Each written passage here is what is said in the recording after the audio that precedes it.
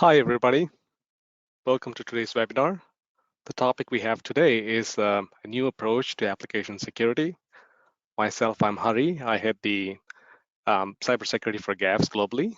And along with me, I have Daniel, who's the sales director with Hdiv, who's our partner in AppSec. Next slide.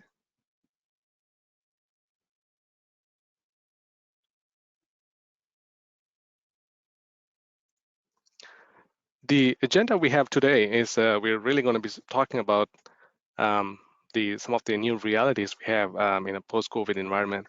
A lot of changes, and a lot of challenges, and the evolution of from DevOps to DevSecOps or SecDevOps, as it's called, in protecting applications. And we're also going to be talking about some new ways of how to detect vulnerabilities, how to protect from them, and Daniel will also spend some time to explain how some of Hdiv solutions are actually helping us in this journey.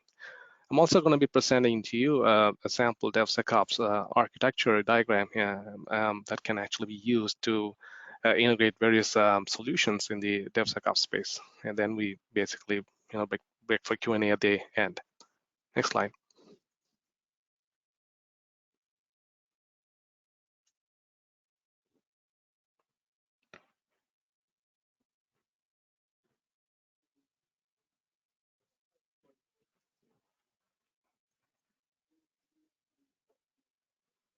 Next slide.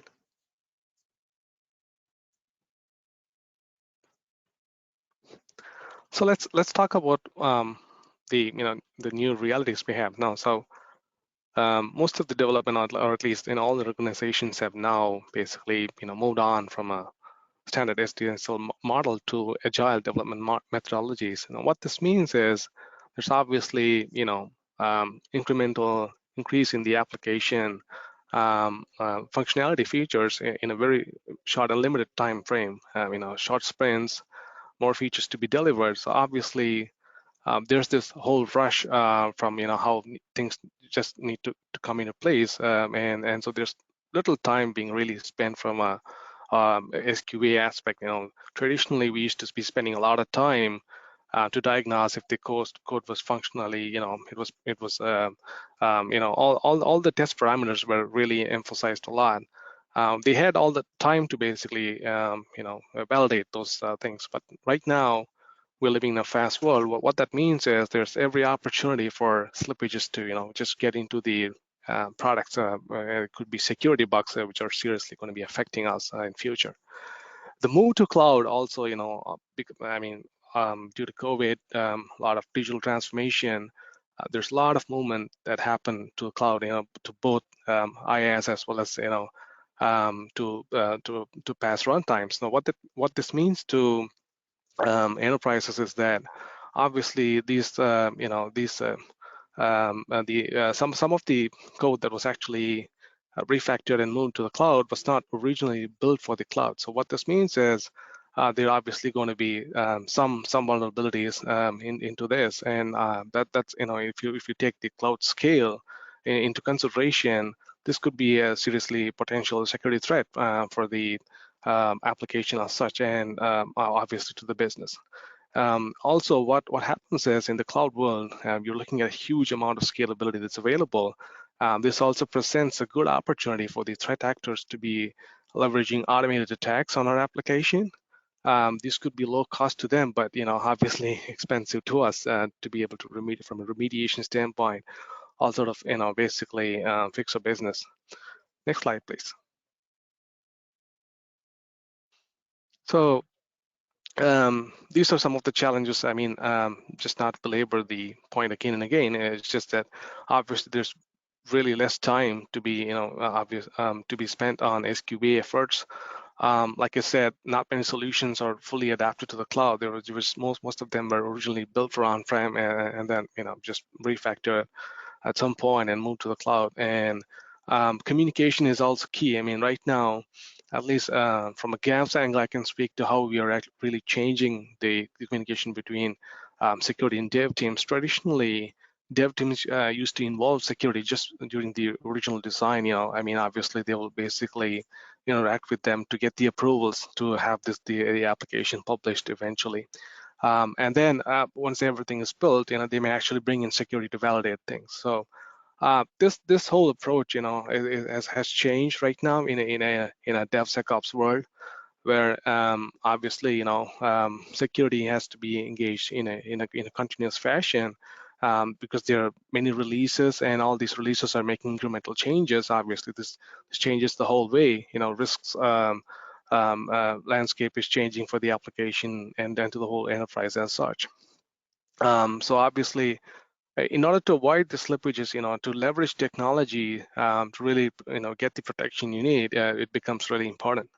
The other major factor that I want to really showcase in this webinar that is the complex security issues that has now propped up. Both some of the vulnerabilities like MageCard, which is obviously not very well known from an AppSec angle. Definitely, existing solutions don't address any business logic flaws that needs to be detected. We've all heard certainly about client-side request forgery, but server-side request forgery, untrusted deserializations, and things like that. I mean, these are things. Not many solutions out there that you see right now. They don't. They might obviously be giving the messaging that they're protecting you against everything, but these are definitely considerations for which not many solutions are available today. So we want to basically address these things in our presentation. Next slide, please. So, I mean, I think the message is very clear. Obviously, all of this is going to, basically hit the bottom line one way or the other in terms of business impact and how this is going to. So, be it, all the large names have really been impacted between 2019 to right now, in all the one way or the other, and our application security is again getting a completely renewed focus on why we should be allocating much of the security budget into protecting the application itself, given the fact that most of the applications are going to be moving into a SaaS-based environment. Next slide.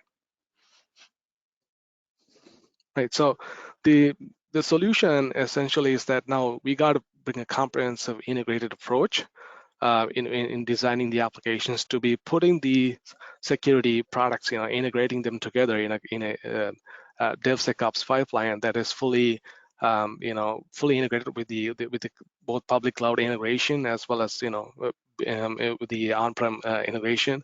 So that's the approach, and we're going to be presenting you some solutions that can actually help you in the direction. Next slide. So we're going to be talking about, traditionally we had SAST, which was, the static application security testing. We had dynamic application security testing, which is the DAST, and now we're talking about IAST and more. And this is again recognized by Gartner, and I would want to invite Daniel at this point to explain these solutions to us. Okay. Thank you very much, Ari. Thank you very much, everyone joining us today. I will try to touch base on some of the concepts that Harry has been introducing to us this morning as the general state of the art, and of course then I will explain a little bit how Hdiv can help with the new challenges and initiatives. I just want to remind you that you can type any questions that you may have through the chat console, as we will save a few minutes at the end of the presentation for a question and answer session. Okay, so please feel free to send any questions you may have about any of the topics discussed today. So following on Ari's conversation, when we talk about the new challenges and initiatives, and in particular the DevSecOps or DevOps initiatives, we need to talk about where we are in terms of the technologies that can help us to implement these new philosophies, let's say. Okay, the first type of technologies that we are looking at today are those tools that help us identifying the security posture of our application, so identifying the vulnerabilities out there. They are so-called ASTs, Application Security Testing Tools. And as identified by the market analysts, there's like 3 flavors for them: static, dynamic, and interactive. And we will basically touch base on how they perform, which are the benefits of each one of these technologies, as sometimes they can be complementary, or we can add multiple of them in our pipeline if we like. This is as part of the early assessment, introducing security per design in our application. This is the idea here. But now, if we talk about the next step, please, next slide, please. Yes, thank you. So we also have another set of technologies that are helping us on some of the other stages of the application life cycle, trying to improve the security and the protection. In this case, we are talking about those technologies that help us block attack attempts to our infrastructure or to our applications. So traditionally, we have the perimeter solutions. Today, we are looking at a new set of solutions under the RASP umbrella, which means Runtime-Application Self-Protection. And we will try to also explain a little bit in detail how RASP is bringing new ways to protect against complex attack types, new ways to guarantee that the attacker has it very difficult to bypass our security, and how we can complement the traditional perimeter solutions. So this is what mainly we are going to be focusing at. And the reason why we do this, and if you can please move to the next slide. Thank you. Is because, you know, it's not only the analyst of the vendors talking about this, is even the regulations. You know, the regulations and normatives are already requiring the new set of technologies that we are going to talk about today. In particular, interactive application security testing and runtime application self-protection are identified by the latest NIST 800-53 document as required and recommended. Also, when we talk about some of the other regulations and normatives like the PCI standard, you know, they also discuss about RASP solutions. So, and in general, you know, like the HIPAA and many of the other requirements and regulations in the different countries are already introducing this new set of technologies. Basically, because the challenges in terms of security just keep growing exponentially as we are more and more exposed to the net, as more of us, as Harry was saying, in these special times we are living in, we are all working more and more remotely, so the IT security is more important than ever, and we believe it will only keep growing. So we need to keep up to date with the latest technologies. Please, let's move into the next slide. And now we will touch base on the vulnerability assessment tools. We said there's three flavors, sorry, the dynamic, static, and the interactive. And I wanted to highlight in a very expressive slide what is the advantage of the new technology, the new interactive application security testing technology. And you can see the main advantage is that IAST technology can see more vulnerabilities with less mistakes. So that's what it means. We can see more true positives with no false positives. This is the clear and biggest advantage of this type of technology. And we could explain a little bit real quick why these results are so much better than traditional static and dynamic technologies. And the results are basically based on the OWASP benchmark. As you know, this is an independent test which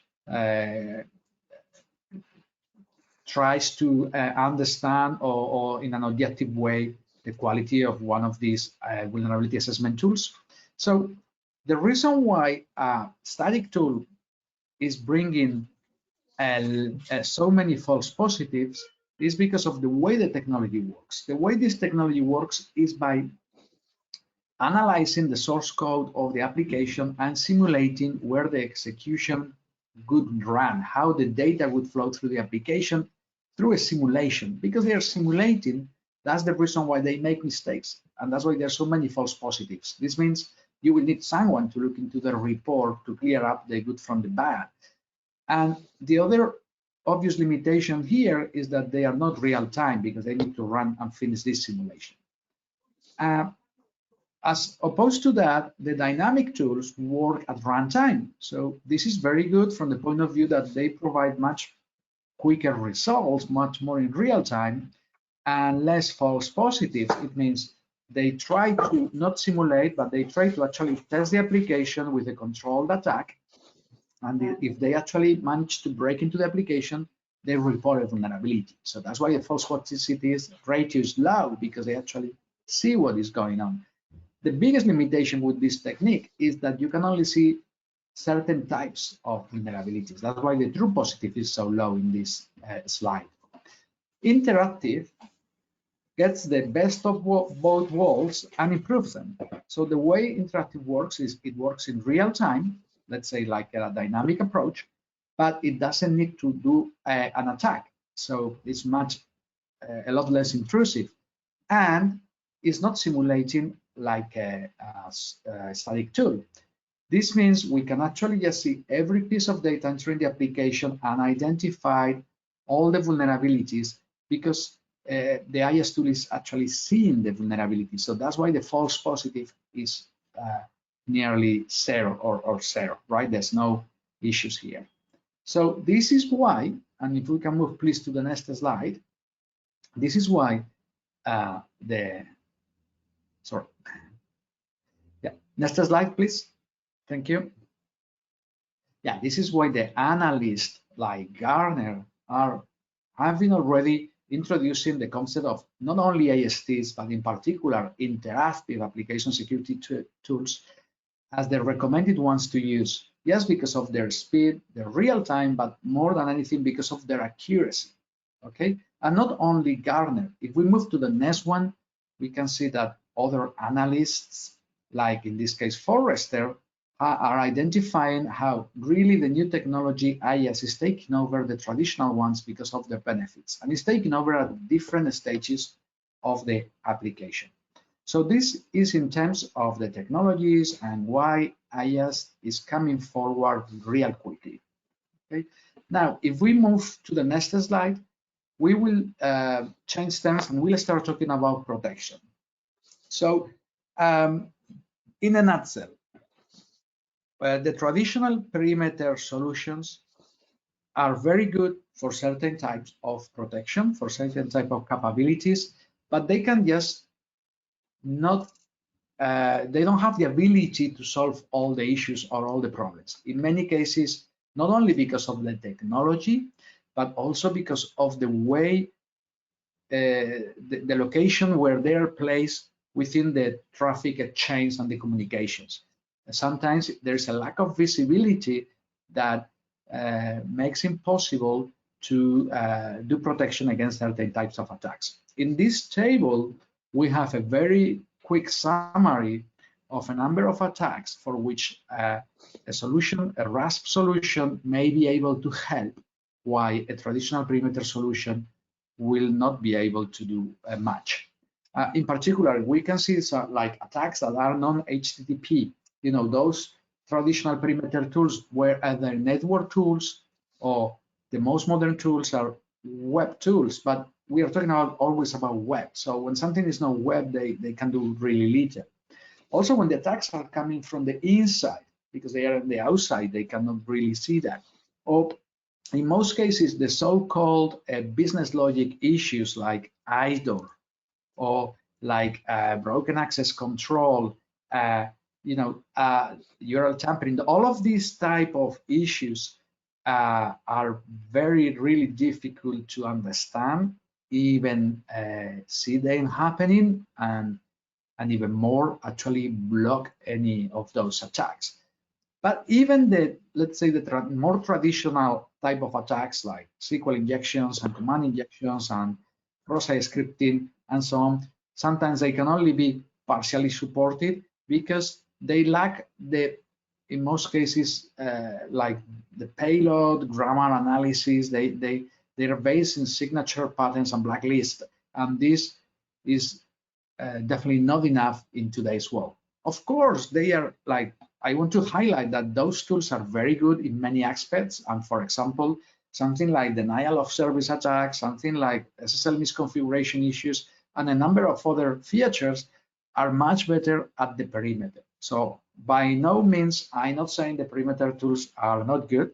I'm just saying that they cannot provide all the answers, and the new RASP is coming forward again just because of the benefits. So let's have a little bit more detail onto this, the limitations on the current technologies and why the new technologies are coming forward. So can we move to the next slide, please? So I'm going to explain in terms of the protection, which I guess is what worries to most of us, is to not make it in the news, not make any impact in our business. We've been adding perimeter defense over many years. As I said, we've been building a perimeter over our infrastructure, over our systems. In many cases, in the past, we were talking about network firewalls, which then they evolve into like intrusion prevention systems. Then finally, we got into the web application firewalls, which are very powerful. But we're going to explain how sometimes the perimeter is just too far away from reality, especially when there's so many movements to the cloud, so many scalability issues. And also, we are very worried about the amount of money that we need to expend to maintain our security up to the level of requirements that we need. So let's move on to the next slide. Yes, please, thank you. So in this slide, I try to summarize some of the main limitations that a WAF cannot solve. So the first one, one of the biggest problems with a perimeter protection tool is that they are actually in the outside. They have no knowledge or very little knowledge of the systems that are inside my infrastructure and my network. And this is going to be a real problem protecting against certain types of attacks, specifically when, for whatever reason, the attacker managed to get into my systems without going through the perimeter that I said. In other words, the best way for an attacker to bypass my perimeter solution is to find a backdoor. And this is, if we read the statistics, most of the attacks are not due to the security tools failing, are due to the security tools not even seeing the attacker, because the attacker found a lateral way, another way to enter my system. So not being in the inside, being in the outside, sometimes is just the biggest simple limitation of a perimeter solution. But then, what is the second one that most people talk about? I would like to not have false positives. I would like to not have false alerts. I would like my team to focus on the real problems.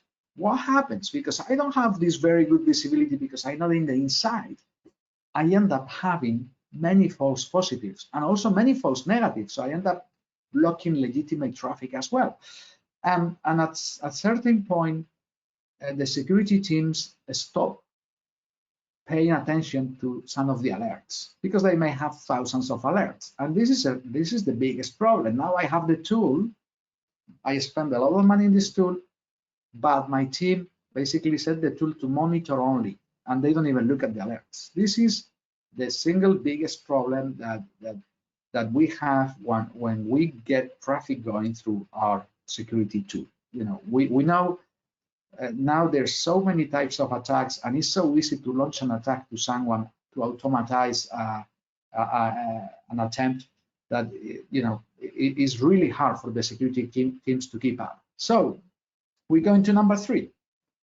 So obviously we would like do not have to spend so much money in security. And with any organization I talk to, there is always a challenge in terms of the budget. From the security point of view, we would like to have all the best and greatest tools. We will like to have a very big budget to spend in our solutions and in security experts. But the problem is we just don't have that kind of budget. So it is very difficult to keep up, and we are always short of people and resources to keep up with whatever we need to confront from external sources. So now, what we have is expensive. It's expensive to maintain and operate. It's not what I would like to, and this doesn't really go with this set it and forget it kind of philosophy that we would like to have when we go into like agile and elastic in deployments and developments. So, when we have many new releases of code all the time, when we have a scalable and flexible environments that can grow on demand depending on what the business needs, we would like everything to be automatic, everything auto-updating. But we know it really doesn't work like that with a perimeter tool. We need to keep updating the rules, the policies, to make sure that we have enough resources, that the policies are actually looking at the new challenges, at the new vulnerabilities, etc. So again, we need to spend a lot of time and money, which sometimes we just don't have. And of course, last one, we talked about regulations earlier on. This is still the same. The new regulations and compliance are actually are saying perimeter tools are not enough. You need to look at RASP. You need to look at any other means to ensure that you are reducing your risk. And many times this is related to data protection and privacy. We know how all of us are worried about data privacy protection and how our personal information may be out there in the internet or used for whatever means. And that's why the regulators are trying to provide the new normatives to help every person. Perimeter tools are just a piece of the puzzle. They are not the whole solution. So on that note, Daniel, I want to definitely, from a service provider and integrator standpoint, I would agree with you a lot on point 4, where you're saying that the traditional tools are not too DevOps friendly. And that's a problem statement that many people have told me from a consumer standpoint, where they're buying these new tools and they're really readying themselves for the cloud, infrastructure as a code and all that type of mindset. What they find is a big blocker is that the traditional tools are just not meant for the the new DevOps way of doing things. And to your previous points, obviously, we're talking about reduced cost of deployment and things. People want things to be automatable, and they're also looking for replacement type of solutions. So in one of the previous slides, you were really talking about the differences between WAF and RASP, and you just mentioned that things like DDoS and are actually done better by WAF type of solutions. In the new world, in the new world, we're actually looking at offloading some of that stuff into CDN for DDoS type of thing. Plus, we're also, for things like SSL offloading and configurations, we're looking for the load balancers to basically take on that. And those are really, you can spin them using scripts, and so it's all you can, it's really friendly, DevOps friendly, to bring that integration into part of the tool chain. So that's really where things are heading. Yeah, I fully agree. And as we said, certain tasks are better done. Everything is better done as early as possible. So like a DDoS is a good example. You need to do it as early as possible. The farther from you, the better. So if it's the CDN, better than your actual perimeter, of course. It is. While other things, you need to be really inside to understand what's going on, to be able to make decisions on what to do. So completely agree with you, and that's what the message we are trying to to send today that that the security comes in layers, like physical security in buildings or in airports. Security in IT comes in layers, and certain tasks are better done at a different layer. So if we move, and let's talk a little bit about the state of the art of protection. Please, next slide. So we will say that protection will go beyond the perimeter. Okay, so this is we need to get closer to the inside to basically achieve and find solutions to all these points that we've been discussing so far. Actually, next slide, please. Yeah, let's move to the next one, please. Thank you. So in what we are talking about is, what is RASP bringing to you? So RASP, an image, they say says a lot. RASP, we can see, is running inside my application or inside my application server, right? It's basically running on symbiosis, is running together with the actual asset that I want to do protection for. And this is going to be the basis of most of the benefits that RASP solutions are going to bring to you. The location where they are growing is going to provide a lot more visibility, and therefore you will be able to make much better decisions. And not only the decisions will be easier to make and more effective, we will explain how they can be made automatically without need to this big effort adapting the policies. Okay, so that's the other thing. So here is where I would like to introduce Hdiv Security and what do we do for all this new approach to vulnerability assessment and protection. Please, can you move to the next slide?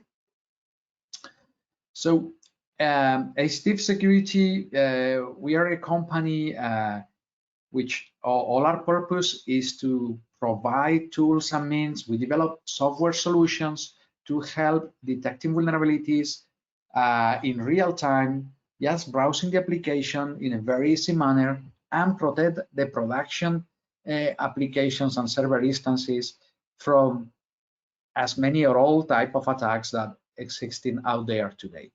In particular, we are not only covering attacks like, let's say, our traditional attacks, injection type attacks. We also care about the attacks to the logic of my application. And we are identified as the only product out there today that can do this with no customization. So as we said, we are simplifying the life of the security team. They don't have to be on top of every policy all the time. We will help with our methodology and our tools. We will help to be ready for any new version or any vulnerability without the need for human intervention. So we are automating many of the tasks, helping the teams, alleviating them from many of the painful tasks today. Of course, we still need humans. We still need cybersecurity experts. I'm not saying this is not like artificial intelligence or anything like that, but it's gonna really make your teams more effective and productive. And this is why many large organizations and many critical organizations worldwide are trusting in Hdiv Securities today, because we are really bringing a new edge to this type of solution. So if we move to the next slide, we will see how, in particular, the solutions where Hdiv is focusing are the two latest trends for detection and protection. So we are focusing on interactive application security testing solutions to provide the best accuracy detecting vulnerabilities with no false positives, and also being able to understand the modern architectures like APIs and so on, and including software composition analysis features to learn about the dependencies in your software. So we are, with this part of the solution, we are basically trying to help improving the application security posture from the very beginning.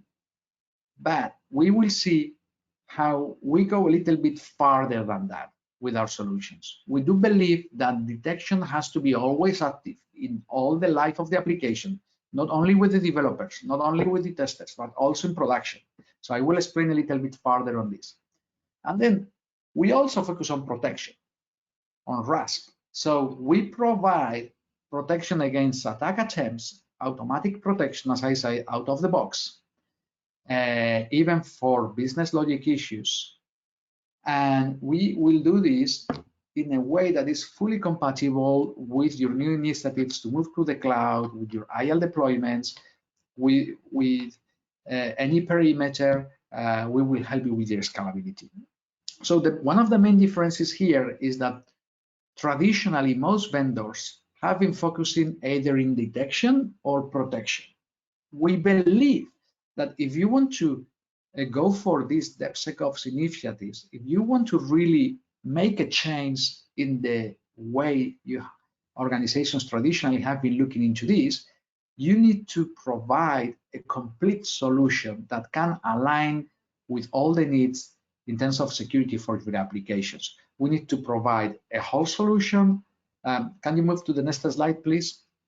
That is not only focused on the developers, like static approaches, or on the testers, like dynamic approach, but we just have one solution that can help all the teams. This would facilitate communication among the teams. This will improve efficiency, productivity, and in the end, what we all want, it will make our business better.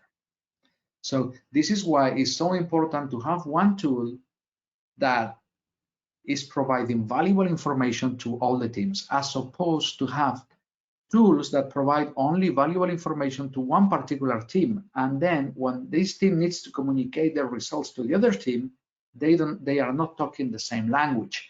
So this is one of the biggest problems of traditional tools that we can solve. The other one that I want to highlight is by using interactive solutions, we can have a continuous real-time detection of the vulnerabilities in the software. And this is opposed to having to launch a scan on my software. Why is this so important? Because most people are working with agile development initiatives. This means there's many new releases of code nearly continuously, not even like once a month or once a week. In many cases, even more than once a day. So we wouldn't have time to launch a scan for everyone and then to look at the report. So this is why interactive continuous detection is so important in today's world. Last one, I touched base on software composition analysis earlier on. Why is this important? Well, because in most applications today, I would say in all applications today, we are reusing code from someone else, from third parties, from open source libraries, or from a previous project in my company, which I may have or may not have developed. I may have inherited that from someone else, and that piece of code is in every one of my new applications.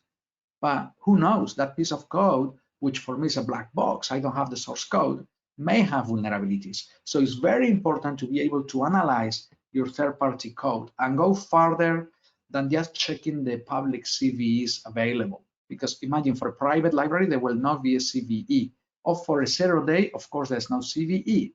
So that's another of the advantages that we offer with our IAST solution.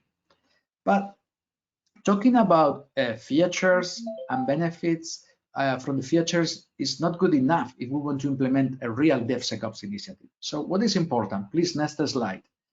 It is very important as well to think on the way we integrate with the other tools in the pipeline, how we automate tasks. So from Hdiv, we are very concerned and we give a lot of thought on how we can help developers by integrating with their development environments, with their IDEs, to actually highlight the developer in real time in their own screen with no need to move to a web console or anything, in a pop-up window. Where are the issues with the software? Give them instructions on how to solve them all in real time, and actually connect them to the IDE to fix the issue, or how we can integrate this with our testing procedures to automate the generation of tasks in my ticketing systems to actually send the right information to the developer teams to fix whatever vulnerabilities we found while doing my QA testing, or even apply thresholds in my continuous integration processes to be able to decide whether a new version of code can make it into production or not. So if my new code is not good enough according to my previously defined threshold for security, Hdiv can integrate with the integration tool to actually block the build, to avoid a suboptimal build to make it into production. But then we also talk about production. Why is detection in production so important? And many people in the past have never been talking about this. Because, it's only in production when your application is exposed to the real world, and when you may get unexpected behaviors, unexpected user interactions with your application. And this is why you need to look into those as well to identify possible vulnerabilities that may have been overlooked when I was doing my QA test, designed with my use cases in mind, not with the unexpected use cases. So integration automation is very important. In terms of, next slide, in terms of the protection, I just want to highlight that, all the issues we were talking about with the perimeter tools, we can help with a layer of security as close as possible to my server. So by being in the inside, I can see what the data is actually doing in my server. I can see what the data, how the data is transforming while the application is executing. And this is the way which I will be able to identify many types of attacks. And by doing in the application and the application server, I'm going to make it really difficult for an attacker to bypass this layer of security. So again, bringing security closer to the item, the asset that you want to protect is good. Of course, because we are going to have a lot more visibility, we're going to reduce really dramatically the false positive ratios and the false negatives. We are going to make less mistakes because we have more information to make our decisions on. Okay, so it's all about having information like everything in life. And we'll do this with a very low touch in terms of operations. I mean, the rules are out of the box. You don't need to keep updating the rules continuously or whatsoever. And this is going to make you, it's going to save time and money in terms of managing the solution. And it's going to allow you to focus on the reporting, on how to improve your security, on what are the weakest points in your infrastructure or your application in which you need to spend the money on. So you can really start thinking about this, set it and forget it. The DevOps initiatives, the elastic scales in my deployment, the agile initiatives are going to start really matching with my security procedures, because I'm going to have a tool that will auto-adapt itself to the new needs. So, and in the end, we are going to help you being compliant with the new requirements. So I believe now I will pass the presentation to Ari for a final note on how to achieve all of this. And we will be glad to answer your questions later on. And thank you for your attention. Thanks, Ari. All yours. Thank you, Daniel. Now, I wanted to really, use this slide to talk to you guys on how the whole DevOps, DevSecOps landscape has now changed to, bring everything together. So if you look at it from a design standpoint, really bringing in the security guys, the architect material in that space to provide guidance on some of the architectural decisions that need to be taken while the application architecture stage is concerned. And then if you look at it from a code perspective, now we have IAST SAST, that can really help us secure the code from, both in terms of the code level vulnerabilities as well as some of the open source components that could be integrated as well. Obviously, from a tool chain standpoint and a pipeline standpoint, there's not been much focus until now about, because obviously people have been in the process of, hard coding credentials into these pipelines. Now, again, from a DevSecOps standpoint, bringing vault management and using that type of tools to really segregate the credentials from the pipeline really protects those credentials, because some of those credentials could actually be powerful to, be keys to the kingdom as well. So the next stage is, again, from a testing stage, it could be your DAST and IAST itself that can actually help you discover some of the vulnerabilities, even during an SQA or lower environment when you're really hosting these applications. It could actually help you discover the vulnerabilities. At that point, basically, the compliance assessments would basically kick in. To understand what the vulnerabilities are and to really go through the drill to identify risks and figure out means to mitigate them. Later, we're looking at production grade, and that's exactly where traditionally we had traditional WAF solutions. We had of course, DAST testing being done at the production stage. Right now, so that's getting replaced. Just as I told you guys, the RASP is actually replacing WAF solutions effectively. And to a very large extent, even IaaS can also replace DAST type of solutions.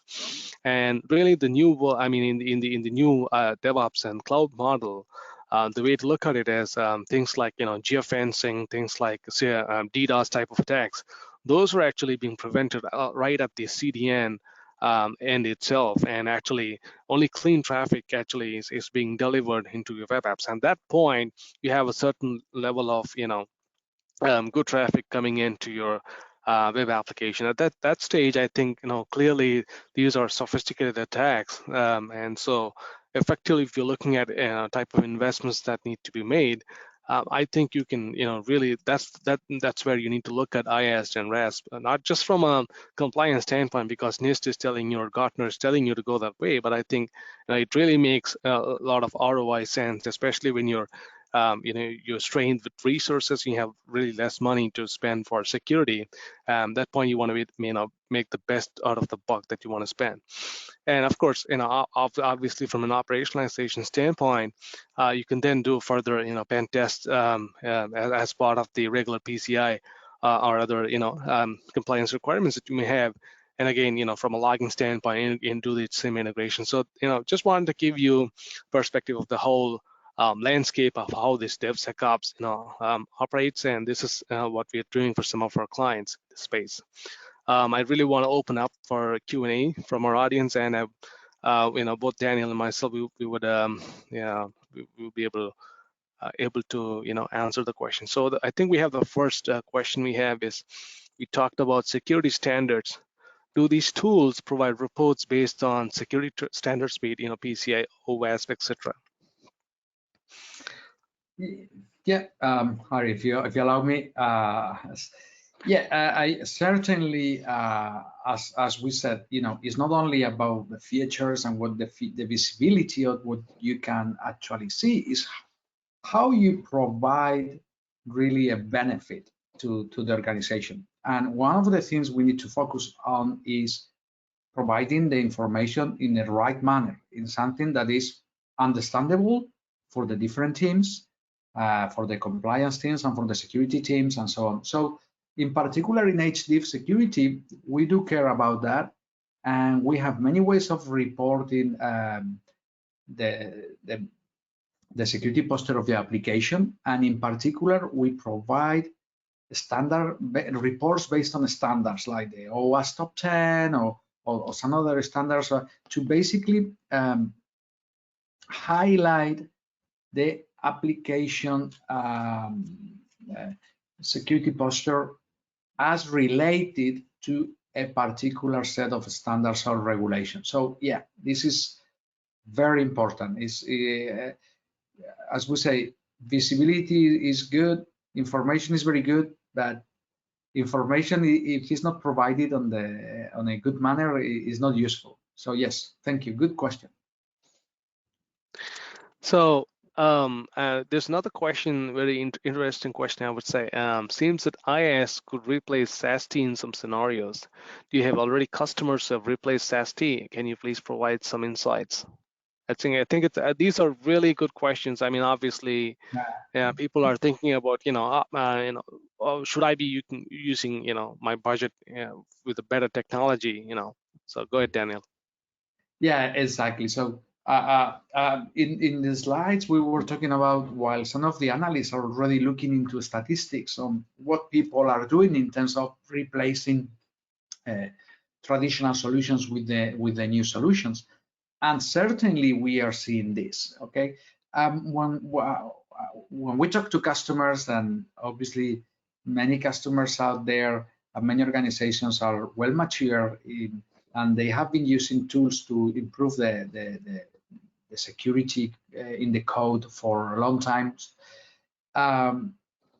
They are really, not satisfied with the level of false positive in most cases, because this demands a lot of effort and time. And this is one of the reasons why they are really embracing the interactive approach, because it's going to hugely, dramatically reduce the false positive ratio. And this means not only a saving on time, but also the ability to automate tasks, to not having to depend always on the time of a cybersecurity expert, which may be available or not, because maybe having to do something else. So false positive is one of the reasons why some customers are really turning interactive. The other one is the real time.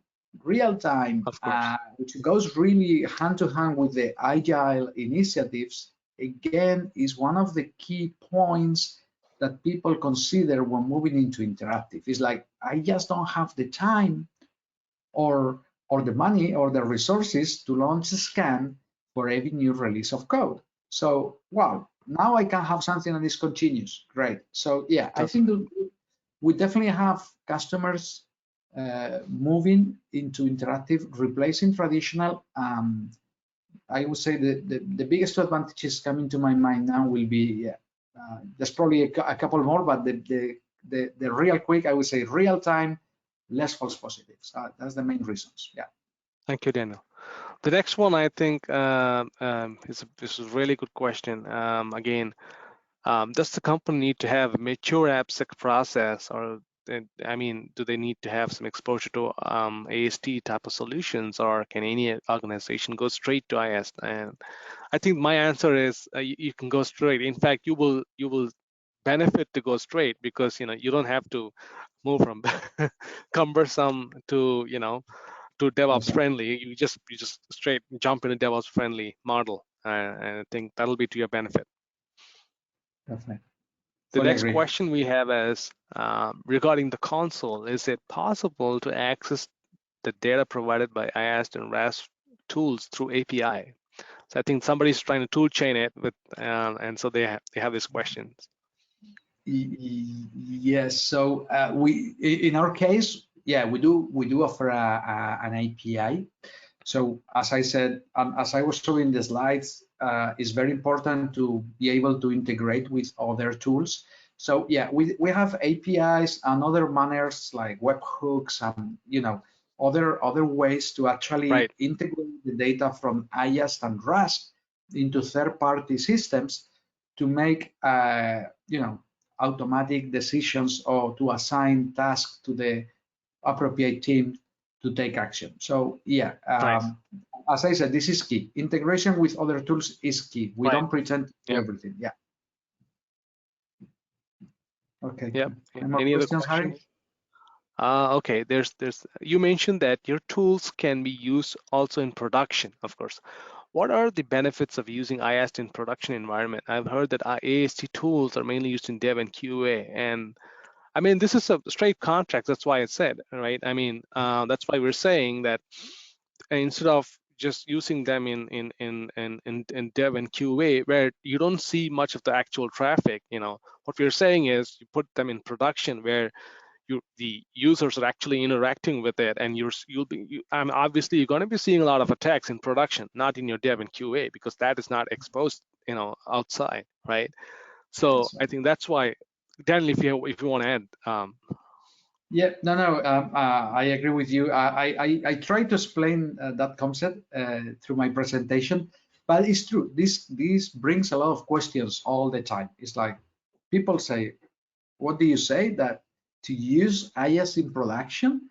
Because even some of the articles out there, they say they started talking about using IaaS maybe in QA, maybe even in devs, but still many people are not so many people are talking about using IAST in production. Our view is that it will provide you a lot of benefits. And the single biggest benefit, as I always like try to simplify, the biggest benefit I can see is that you can make sure that you have actually explored all the use cases, all the ways to interact with your application. And you can never be certain until you are alive, because we are humans and every person is different. And you always find someone trying to do something strange with your application, whether it may not be malicious. The good thing is that IaaS doesn't need an attack to highlight a vulnerability. Someone may not be doing something malicious, they made a mistake, but they found a different way to interact, and suddenly the IaaS solution will highlight a vulnerability. So yeah, I think we do believe is one of the real benefits included by IaaS that you will not get from any other tool. You don't have to wait for the annual pen testing task for someone to try to do something strange. You can just see it from the real cases, from the legitimate traffic, from your users' traffic.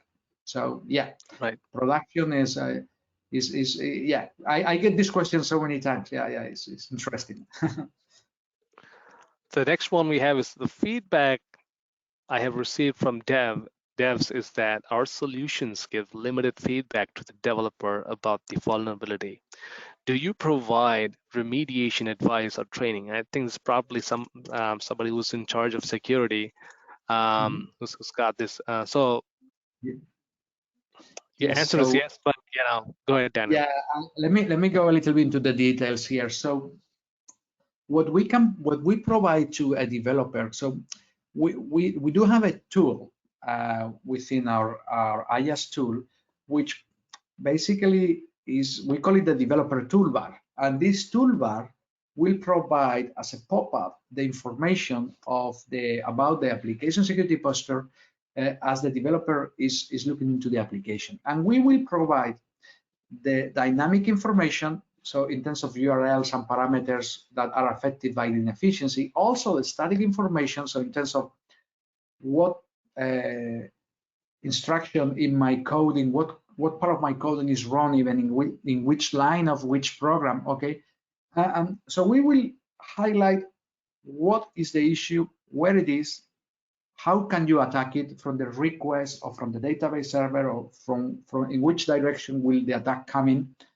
And then from there, from that pop-up window, we also offer different options. One of the options is to look at a detailed description of the type of vulnerability. So basically to be able to train the developer, explaining what this vulnerability is about and how an attacker could try to exploit it.